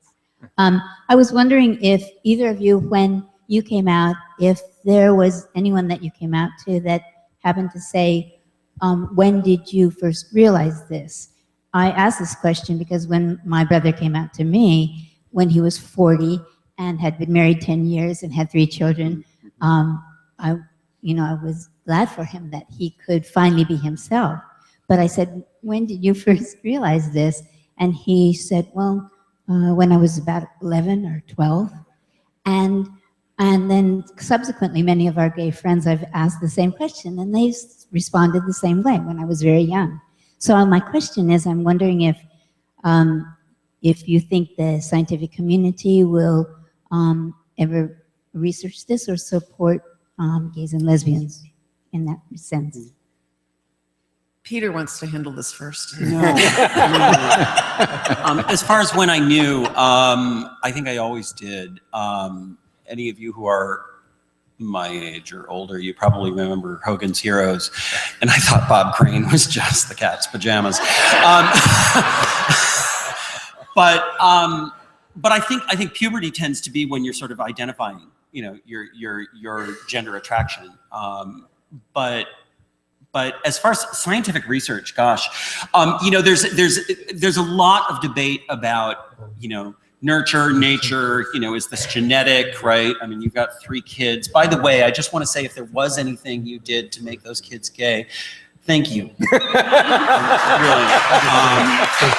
God bless you. I tend to think you're not that powerful. So there's lots of research ongoing about where does this come from, but my problem with that research is that it still treats it as other. Where did it come from? It sounds like cancer, doesn't it? Where is this coming from? And the implication, the unasked question is, how do we fix it? Right? And I'm arguing that this is nothing that needs to be fixed, right? Let's stop assuming that it needs to be fixed. That kind of language is unbelievably dangerous, and it's incidentally speaking in straight, by the way. That's the language the world speaks, is straight. And so a lot of us actually are speaking a second language, right? Because we don't grow up speaking that language. And so when we finally do start speaking up for ourselves, it's the same as women's voices, right? We're called uppity. Right? Because we're finally finding our own voices and we're daring to use it in the church. And so we're called uppity because we're not speaking straight. Or incidentally, by the way, notice, I will say one thing, notice this entire panel is white, right? I mean, there are voices you're not hearing here. And that's really important to remember. There are multiple voices that we're not able to express for you, but they're just as important to hear them. And I just want to say, I can't imagine the pain associated with your brother and his family. And it's because society didn't let him be who he was. I think and again, I'm going to speak about me, so I don't really know, I know that a lot of young men or young boys realize around puberty that they think they're attracted to other boys. I think my evolution was so wrapped up in my gender frustration is the wrong word. My identity as a feminist and feeling so frustrated. This was I went to college in the 70s, with the limitations on women. And I was an athlete. I, fit all the what they call tomboys, that they're now saying don't use that word, but I'm like, that was my identity. There's a stereotype about the gym rat who becomes the lesbian, but it's just, it's so nuanced and complicated, and it really is different for every single person. But it is earlier than people take credit. Your brother's absolutely right. He probably knew then. And I certainly knew I was different. And I knew that I didn't want a boyfriend pretty early. So it's hard to say. I want to just quickly add something. I was so proud of my son, Kevin, who's also gay. He came home and he shared a conversation he had on the bus, and this is related to this question you brought up. somebody on the bus who knew that he was gay asked him, well, when did you decide to be gay? And my son Kevin is really smart, and he asked him back, when did you decide to be heterosexual? And I think that puts that whole debate into perspective, you know?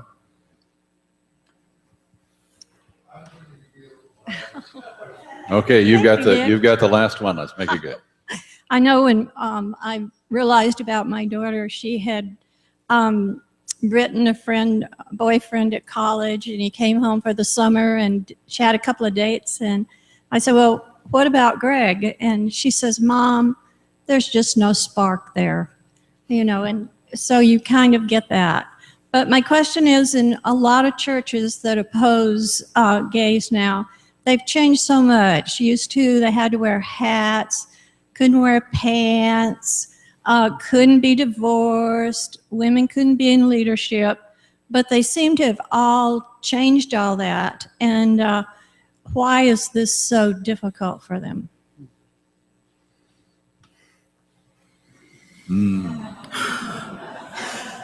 Somebody else will have to answer that. I don't know why. I think you're right. Because it's about sex. I'm not kidding. It's about sex. And we obsess on sex in the Western church. All the Western churches, Catholic and Protestant, obsess on sex. I'm going to take a flyer at it and say it this way, and it's born out of some history with this as a pastor within the United Methodist Church and working closely with leadership at the denominational level, both overtly and behind the scenes on this issue over the last, I've been in ministry 35 years, and having seen leaders at all levels of the denomination, from bishops through superintendents to individual clergy, coming to grips with this and making bold changes and actions that were not always necessarily visible, but nonetheless were a part of slowly toppling the dominoes that have brought us to today, where this is sort of the last vestige of this justice issue wrapped around gender identity and relationships. So part of how I've managed to keep myself in the game after it having dragged on so long with what would seem to be obvious is that we are indeed a very large denomination. So this is very specific to the Methodist Church. We're a very large denomination. It takes a long time to turn this big ship. Bishop Swenson, who it was my privilege to serve with for many years, and was one of the 15 Methodist bishops to make the first in-writing statement that they did not agree with the disciplinary statement about homosexuality. She stuck her neck out and took a lot of heat for that, along with the other bishops. She always was of a mind to say, it is not as important for one person to take 100 steps as it is for 100 people to take one step. And so we're trying to line up this whole incredibly diverse denomination to make this one last step forward. I would hope that you found this time together a chance to add energy to being in harmony and moving that one step forward for the whole of our church towards the justice that we believe is at the heart of the gospel. I want to thank Frank and Peter and Mary especially for being here and sharing both their personal stories and experience and giving us a glimpse into what it's like to really live at the nexus of these issues and these questions. I hope your understanding has been deepened and that you will find your own voice to, as Frank framed it, Peter framed it, that we all come out on behalf of the church and our friends and our families so that indeed we know the fullness of what that justice looks like and what that love looks like. Thank you for your time here, and we hope you'll come back next year when we'll talk about, I don't know what. So back then. Thank you.